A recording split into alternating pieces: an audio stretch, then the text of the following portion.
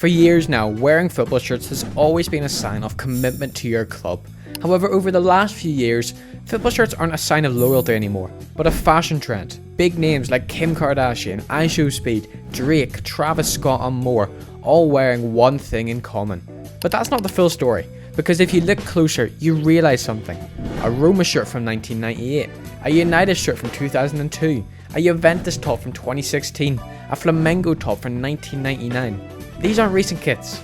They are part of a global fashion phenomenon of retro football kits. But how do we even get here? Well, to answer that, we have to go back to the 1960s and 70s.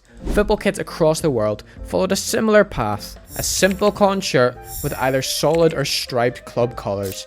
Each club had a home kit and an away kit, which for the most part was the colour white. It was basic, but it worked, and for a few years football shirts pretty much stayed the same. This was until the late 70s, where times began to change. Global broadcasting of football exploded. Everyone was tuning into games to see their team play. Soon, teams saw this as a money-making opportunity. It started with German side. Yeah, I'm not pronouncing that. They put Jägermeister on the front of the shirt in 1973, which sparked major controversy. However, after realizing these sponsors could lead to huge sums of money, the rest of the Bundesliga caught on and it became standard.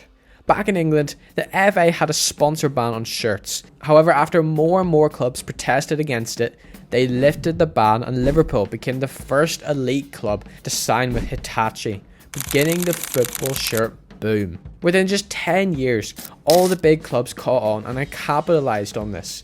Man United, Real Madrid, they all had a new name on the front of their shirt. This also brought a new vision for shirts. Teams were going with bold designs, abstract colours. It wasn't just a shirt needed to play in anymore. It was a shirt to wear, a shirt to recognise, a shirt that would make their club stand out from the rest. The whole football shirt culture peaked around the 90s. This was at the point where teams were going bigger and better than before. They really branched out to try and make the most abstract kit possible. After the 1990 World Cup and the rise of the Premier League, you couldn't go down the street anymore without seeing someone with a football kit. By 1999, most clubs had a home and away kit that would be launched every 2 years. However, after realising that there could be even more financial opportunities here, big clubs decided to launch new kits every year. Alongside the rise in third kits, this now meant that fans would have to go from buying about 1 kit a year to 2 or maybe even 3 a year. And they weren't cheap either. Football shirts were rapidly on the rise, not just in demand, but also in price, which began leading to a decline in football shirt culture. Not only that, as the 2000s were introduced to a thing called minimalism. The 90s were full of bold, exciting patterns and shapes, whereas the 2000s consisted of more plain and sort of boring shirts. Kits began to be slimmer and more uncomfortable for everyday wear.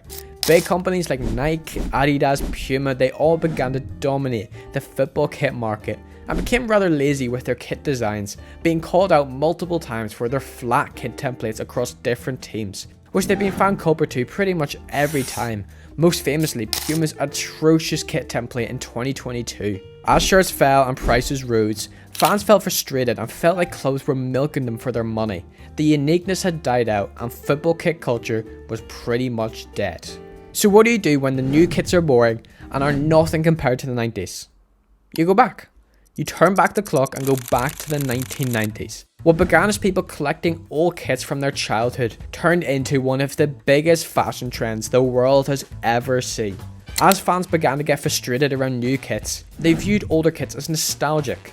This coincided with the rise in streetwear and vintage fashion trends, in which retro football kits fitted perfectly into wardrobes. Music artists began to catch on to this, with big names like Stormzy and Drake wearing these shirts on stage, performing in front of thousands of people. This wasn't just a niche anymore, this was a global fashion brand. Fans were fed up with modern shirts that seemed too commercial. These retro shirts felt much more timeless and less corporate. All of a sudden, these weren't fan items anymore, but style pieces, collectibles even. Resale markets like eBay began to explode with football shirts as people tried to find old shirts, with some going for even hundreds of pounds. When clubs realised this, they knew there was an opportunity there to put modern football kits back on the market. So they decided to design new kits as a reference to older shirts in an attempt to catch on to this vintage shirt market. Just take a look at this season's kits. Liverpool's new third kit, a green kit featuring the original Adidas logo and the old Liverpool badge in resemblance to their 1992 away kit.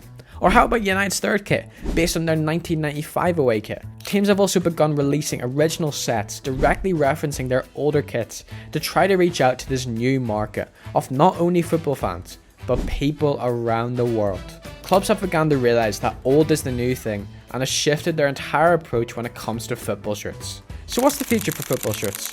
Will this retro style continue to reign, or will trends begin to shift to something different? Comment your answer below, and after you do that, why not check out this video right here.